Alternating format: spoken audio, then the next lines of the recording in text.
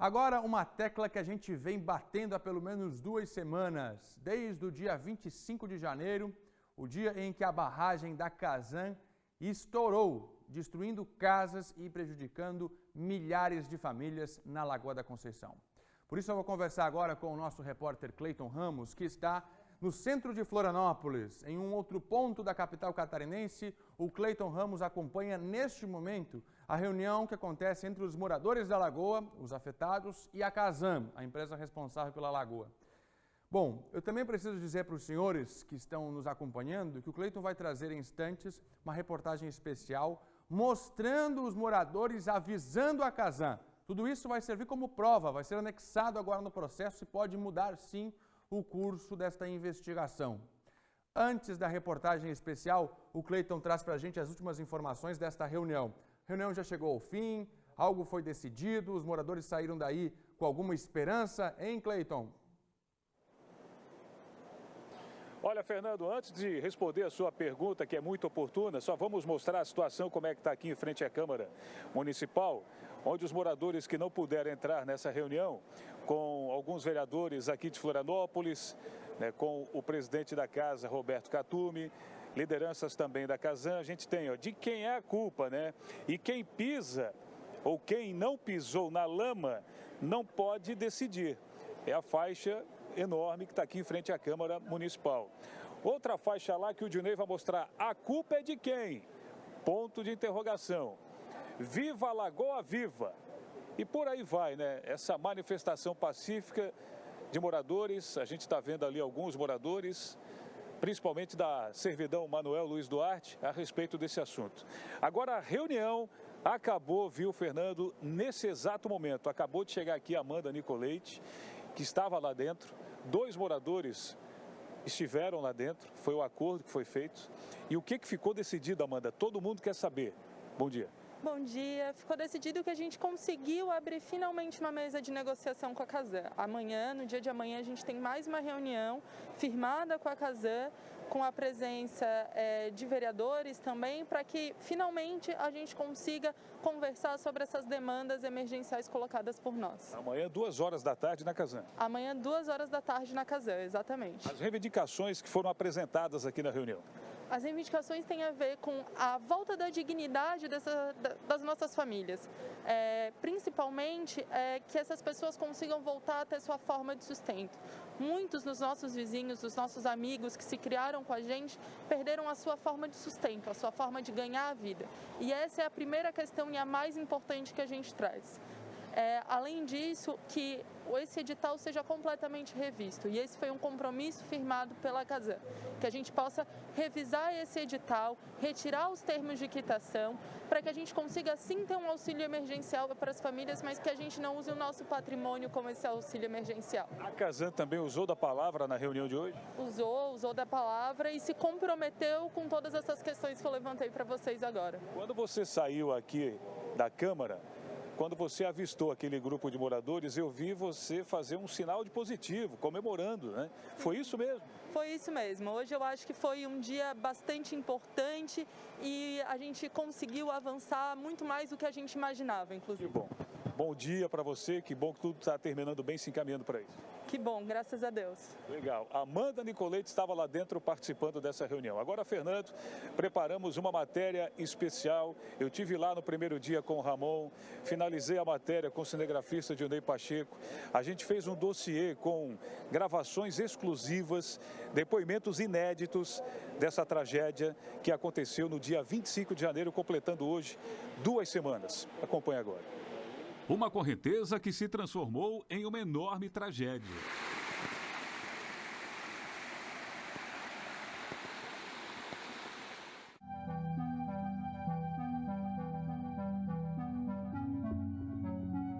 A tragédia com a estação de tratamento da Casan aconteceu no dia 25 de janeiro.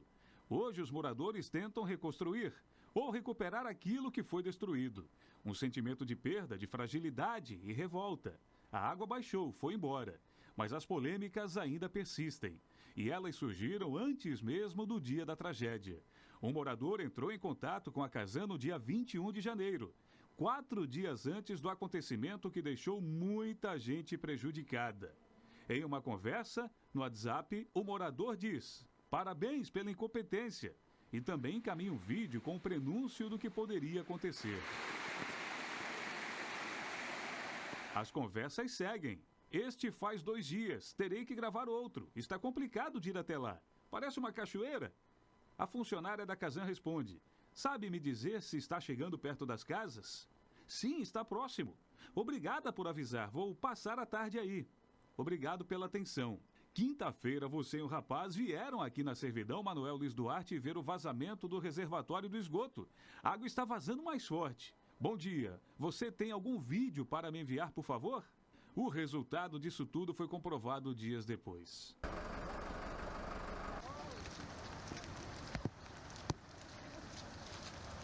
Bruno nasceu e vive na Lagoa. O sentimento é de tristeza e revolta com a tragédia. Não faltaram avisos, Tanto do ponto de vista de engenharia, era possível perceber ali, pelo que a comunidade de engenheiros que está assessorando aqui comenta, a água vertendo por cima da barragem, né?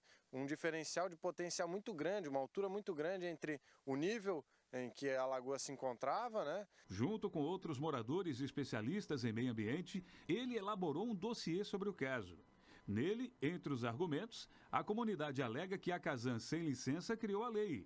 Lagoa de evapo e filtração. Não, a Casan sempre operou aquela estrutura com licença, sempre a partir de técnicas que são admitidas pela área de engenharia. Que em 2000 a comunidade pediu a desativação da lagoa pela contaminação ao lençol freático.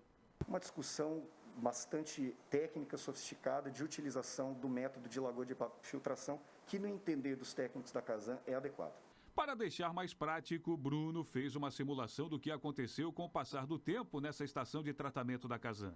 A gente vê claramente que só existia essa lagoa 1, esse corpo 1 aqui, né? E mais ao norte aqui, havia aqui talvez um pouquinho de água, mas não se caracterizava como uma lagoa como a gente via até semana passada. Maio de 2010. Em maio de 2010 a coisa começa a mudar e tomar uma cara diferente, aparentemente, né? Em novembro de 2017 fica muito claro que até esse lado aqui já cresceu bastante. Bem aqui, no centro da imagem, ela rompeu. Veio uma parte no sentido sudoeste, bateu nessa lagoazinha e correu em direção à rua Manuel Luiz Duarte e fez aquela enxurrada aqui.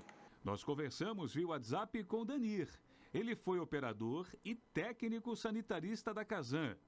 Ele afirma que tudo o que aconteceu foi uma tragédia anunciada. Essa lagoa ela já vinha apresentando problemas, porque aquele terreno onde estourou a lagoa, ele já vinha minando água direto. Existia um medo de um dia isso estourar. Por quê? Porque a areia é móvel, não adianta, ela vai vertendo, vai saindo, e vai indo. Inclusive, na minha parte ali, eu fiz uma contenção de sacos de areia embaixo, no pé, porque eu tinha medo dessas dunas estourarem. Mas nunca tomaram uma providência, entendeu? Isso poderia ter sido resolvido se tivessem feito emissários para jogar diretamente no mar. Estamos eminente de estourar uma outra lagoa, muito maior do que essa daí. Conversamos nessa manhã com Bruno Bonemer, procurador-chefe da Casan. Ele tomou conhecimento dessas conversas e disse que tudo está sendo analisado. O que se tem dentre as hipóteses que estão sendo aventadas é que não exatamente haveria uma ligação entre os relatos de alagamento que vieram dos moradores com o deslizamento ocorrido no domingo. No dia da tragédia, a reportagem da SBT Meio-Dia recebeu a informação que a Floran, Fundação Municipal do Meio Ambiente, iria aplicar uma multa à Casan pelo desastre ambiental ocorrido na Lagoa da Conceição, o que de fato acabou acontecendo. A companhia terá que pagar uma multa de 15 milhões de reais. O prazo que eles teriam para pagar antecipado com desconto já se encerrou.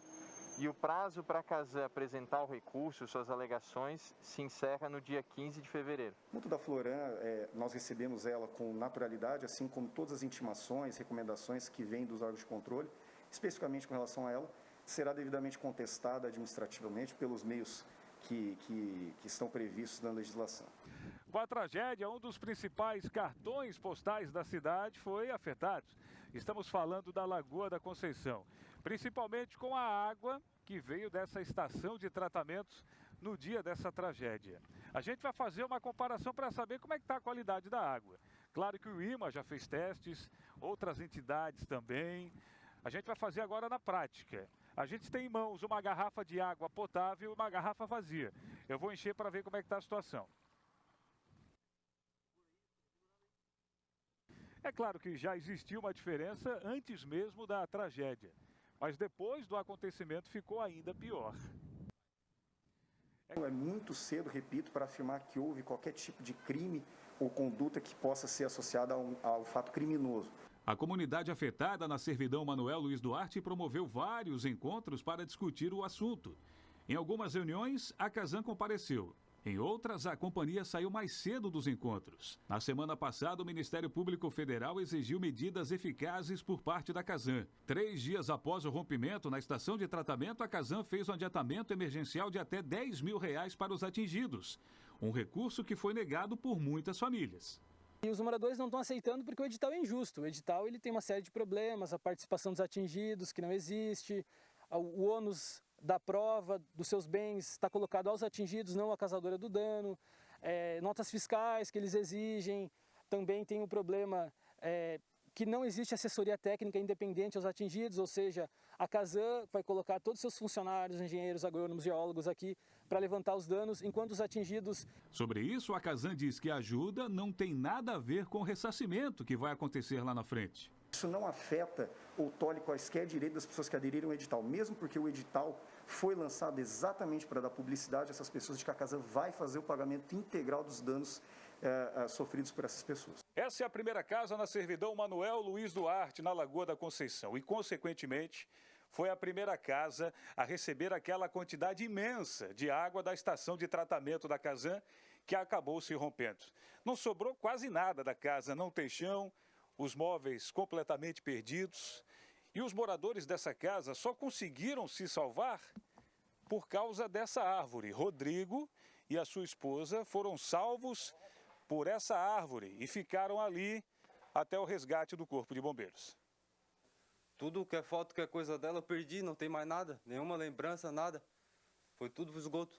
Na hora eu quase morri, cara, tava ali do lado com a minha esposa, ali, fiquei preso nas madeiras, se não fosse eu conseguir me soltar, e não ia estar mais aqui, nem ela, porque eu ainda só acabei salvando ela. E aí tu nadou até a árvore, ele conseguiu chegar até a árvore, ficou ali na árvore. Sim, foi. Sorte que tinha essa árvore, porque senão... Para Paulo Horta, que é professor e biólogo da Universidade Federal de Santa Catarina, o problema é de todos nós. A partir de agora, a sociedade, a prefeitura, a Casan, o IMA, a Floran, a nossa universidade, todos devem se dar as mãos e convergir para um processo de discussão muito profunda de qual modelo de saneamento que essa cidade precisa, que essa cidade merece. Produtos e serviços que sejam de fato incorporados pela sociedade catarinense, pela sociedade de Florianópolis.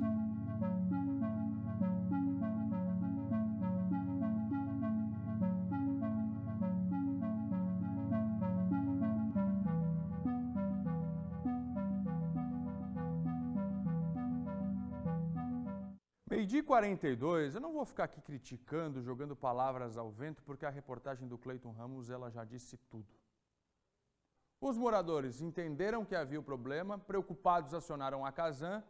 A Floran já disse aqui que em dezembro também impediu que a Casan reparasse alguns pontos da lagoa. Todos preocupados com o estouro da barragem. O que aconteceu? Por sorte, nada mais grave aconteceu, não tivemos mortos.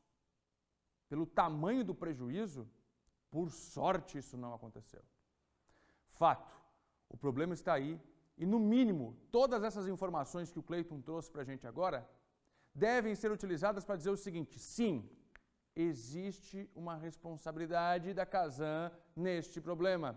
E agora não é criticar, é que, no mínimo, a atenção seja dada de forma digna para esta população. E que bom que teve um avanço na Câmara de Vereadores, a gente fica feliz com isso, parabéns, Kazan. Agora é o mínimo a atenção e respeito, o mínimo.